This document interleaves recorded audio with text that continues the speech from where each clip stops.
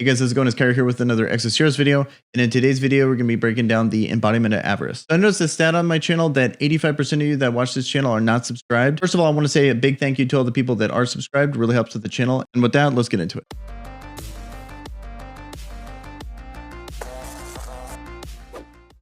The big thing about this is I wanted to wait a few weeks and try it out before I gave advice on it. I could have done a breakdown on it, but main thing is I had a couple theories. I wanted to see the rewards before I actually made the video.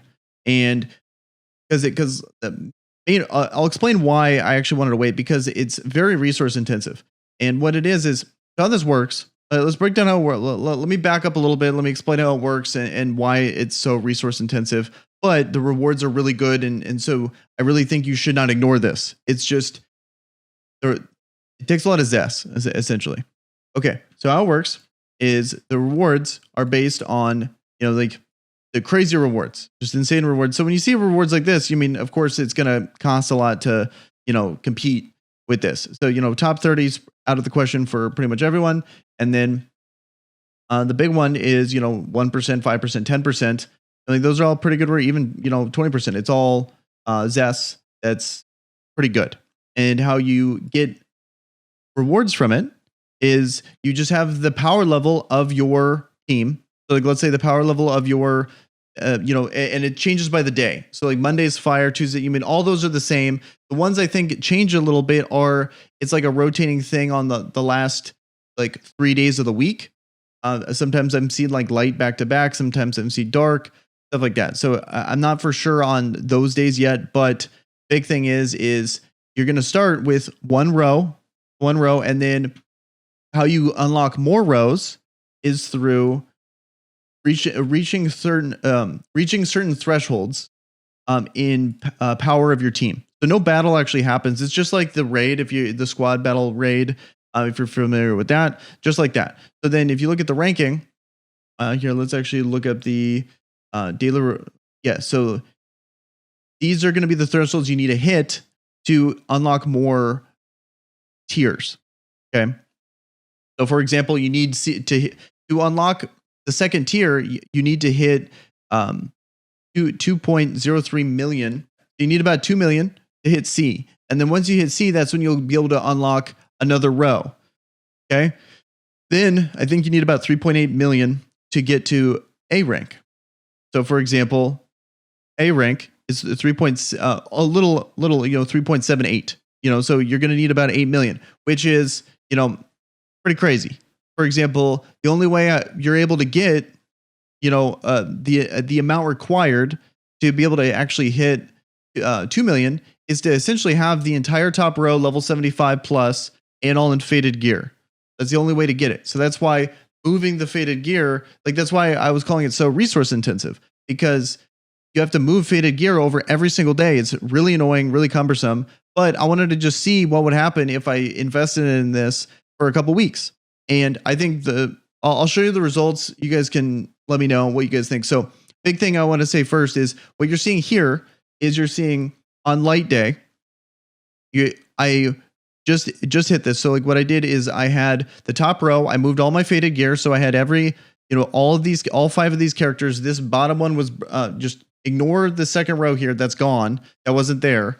Then what happens is I moved all the faded gear, just barely hit 2 million. Then I played the battle, then got the rewards, and then it unlocked this row.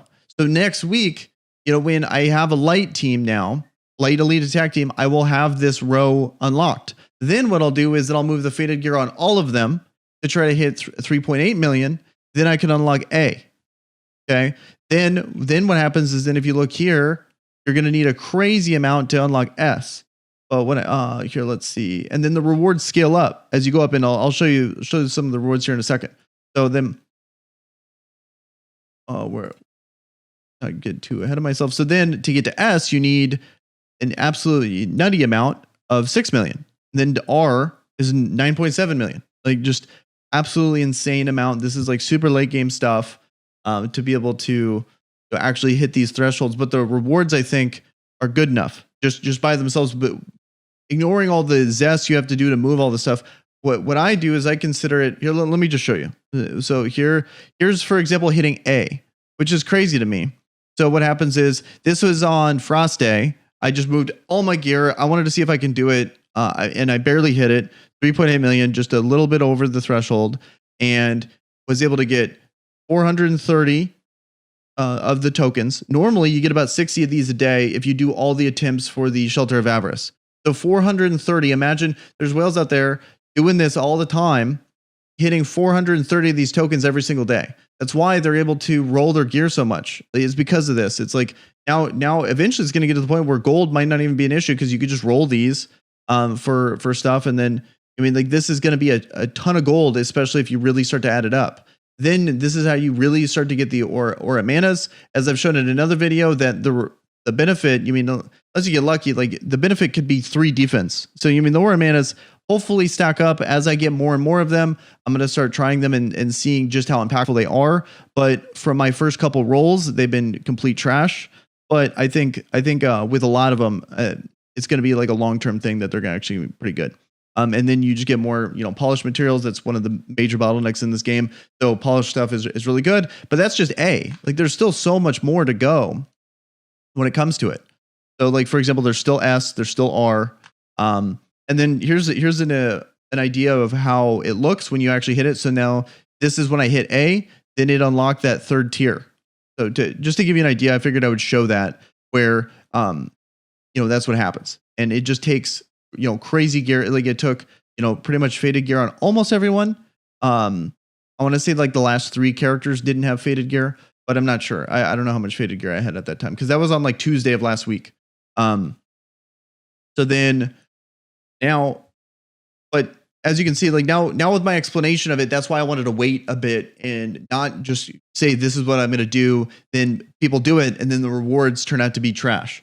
So that's why I wanted to wait. That's why I wanted to actually do it myself and show it. So then now that leads me to my opinion on how I'm going to approach this event. So the first thing is, let's look at the rewards.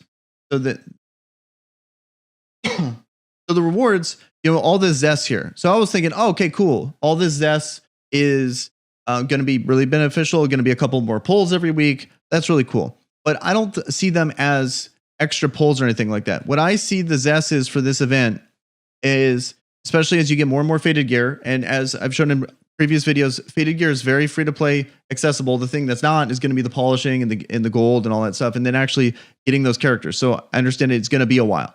But the way I look at this event is all this zest is just zest to reinvest in this event.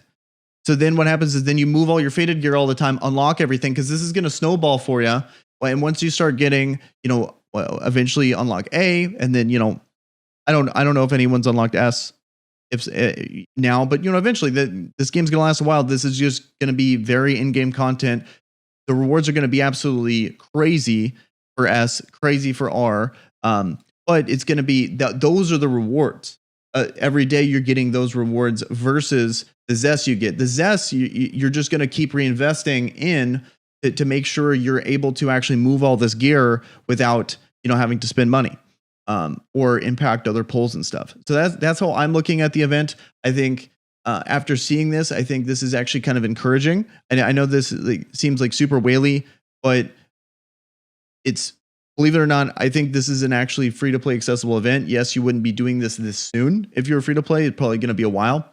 But you'll just make sure you have the mindset of reinvesting the zest, and you're going to be getting a ton of these Shelter of Avarice tokens eventually. So then it's going to really help with the gold crunch. It's going to really help with actually being able to roll for the right gear typing for faded pieces. So it can help you out in PvP, it can help you out in PvE, stuff like that. So I just want to show you this because I think I really think that this could have been a overlooked part of the game. I think there's a ton of rewards here. I think a lot of it's very overwhelming just because it took so much to hit to that C tier. And if you're not on it from the jump, you can really fall behind. So I wanted to get this out there. I didn't want to do this too early just because I was worried about, because I didn't know the rewards. I had no idea. What if it was like 50 of those things? I wouldn't be nearly as excited as I was about this. So I took a lot of zest to do this, but I hope that this was helpful for you guys so you can look at this event a little differently and potentially excel at it. And so with that, guys, Hope you guys enjoyed. If you like content like this, please consider subscribing. Really helps out the channel. And you guys have a good one. Peace.